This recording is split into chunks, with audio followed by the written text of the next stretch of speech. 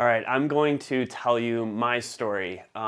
This is my first time telling it through. I've kind of written out some of the main points, so I apologize if it gets kind of long or if there's unnecessary parts in it, but this is my first attempt through this. So um, bear with me if I pause too much or go over too much detail. So in 2016, I was 28 years old and I was finishing up engineering school. I really struggled to get through engineering school. It was something that took me a lot longer than I anticipated to finish. I struggled to pass every single class, but in 2016, I finally finished engineering school, and I was really grateful to be done with school, and I got a new job, and I was finally bringing home the bacon, if you will, and I felt really good about myself. But this new job kind of took me away from home a lot. It was something I wasn't able to spend a lot of time with my wife, and there was just something missing. Up until that point, for about 7 years, my wife and I had been trying to get pregnant, and we were struggling. We had tried so many different things, and we were just getting really frustrated and really saddened by the fact that we couldn't have kids. And we were looking at everybody around us, why is it so easy for everybody else to have kids and we can't? We wanted it so bad. And so finally in 2017, with the help of fertility treatments and a miracle, my wife got pregnant. But in December of that year, the happiness was kind of cut short. While my wife was working, her water broke, and she called me up in tears, and I rushed to the hospital to meet with her. But by then it was too late. She gave birth to a tiny little baby girl who was stillborn, and she'd only had 18 weeks to develop in the womb. There was absolutely no chance she was going to survive out of the womb. This was an absolute low point for my wife and I. We were absolutely just shattered by this experience. And it really got us thinking a lot more about kind of our priorities in life and what we found important, what we wanted to do with our lives and what we were going to do. So we kind of continued and we decided that we wanted to simplify things. We were both young, kind of successful professionals in a very busy city. And we decided that we wanted to kind of simplify things. And so we decided that we'd been wanting to move to New England and find kind of a small, quiet New England town to kind of settle down in. And so a few months went by and I actually found a job in a small town in Vermont. And around the same time, actually about 9 months after we had lost our first baby, we got pregnant again. And so things were going good. My wife was receiving extra attention and extra treatment and measures to make sure that she wasn't going to lose the baby again. And so things were looking good. And so in March of 2019, we moved to Vermont and I started that new job, and my daughter was born 3 months later in June of that year. And things were going great. Life was going great.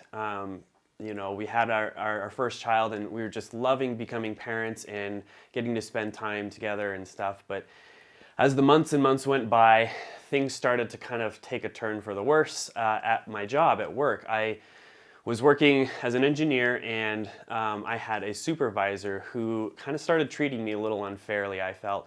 And it was really frustrating because I got along with everybody else that I worked with at the job. I loved all the other people that I worked with, and I had always received really good feedback from the people I worked with, and even in previous jobs, people generally enjoy working with me, and I get along with pretty much anybody. But for whatever reason, this supervisor decided that he was going to make my life a miserable hell.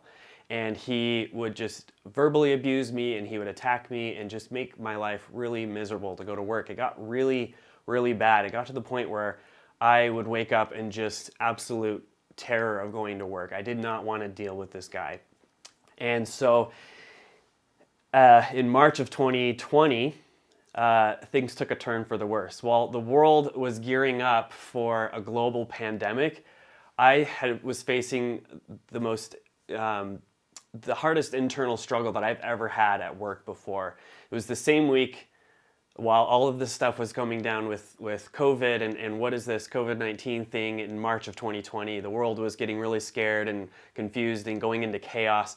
I was having this internal struggle and this internal chaos of what am I going to do with this work, at work. This is getting really bad. It's getting miserable. I don't want to go to work anymore. And the same week that kind of COVID started to get really bad here in the US, my supervisor decided to write up a disciplinary action report for me. And so I was called into the HR office and sat down, and I had to listen to this report filled with all sorts of terrible and awful and untrue things about me and my work and my personal character. And it was just absolutely devastating to hear. I was really, really beaten down. I was really feeling awful and pretty terrible. And I tried to work it out with this supervisor on many occasions, and even in this last final meeting. And it was clear he wasn't going to change his mind. So right then and there, I decided, hey, I am done working here. This week will be my last week. And so I decided to leave this job that was a good paying job and very secure and had a lot of growth opportunity for me. I decided to leave it. And if you think leaving a job is scary, it is, but try leaving a job at the beginning of a global pandemic where everybody is not knowing what's going to happen and there's a whole bunch of chaos and there are hiring freezes everywhere, and just, it was the worst time to leave a job, but I really felt like I had no choice. And so I left my job and I tried for many weeks and months to find employment otherwise, and I just really wasn't successful. And so I had this YouTube channel that I had started early on, back actually about the same time that I finished my schooling and my engineering degree. I had started the engineering channel because I'd felt, that I wasn't really getting a lot of fulfillment from my work. I wasn't stuff I was excited to work on, and so I would come home and I would find projects that I was excited to work on, and I would document them on YouTube. So I had started this YouTube channel many years earlier, and it was fun. I enjoyed doing the work. It was things that I got to work on that I really liked to do. And so, I left the job, I couldn't find any work, and so I decided, I'm going to try to figure out what can I do to turn this hobby of making silly YouTube videos into a self-employed, like a job. How do I turn this into a business? And so I incorporated as an LLC, and I got more serious about making this work as a way of income and a way to provide for my family. And so over the years, it's been really tough, but I have been able to slowly turn this into a business that has been able to provide for my family.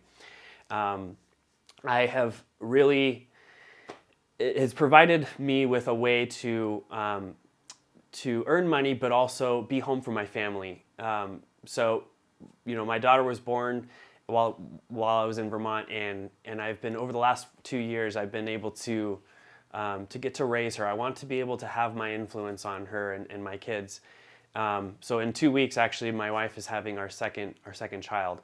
And so that's kind of, through all of this experience, I've really determined a few things for myself. As much money as I made, being an engineer, I'm probably never going to make that much money again, but I've never been more happy than I am now working on what I'm working on and doing my own thing and being able to choose what I work on. And that's what I've kind of figured out through all of this experience, is that some things don't really matter that much while other things matter a whole lot to me. For me personally, becoming a dad and being a parent is like a life calling for me. I enjoy it so much. I just absolutely love being a dad, and I probably wouldn't have been able to get that if I had stuck in the career and the trajectory that I was going on before.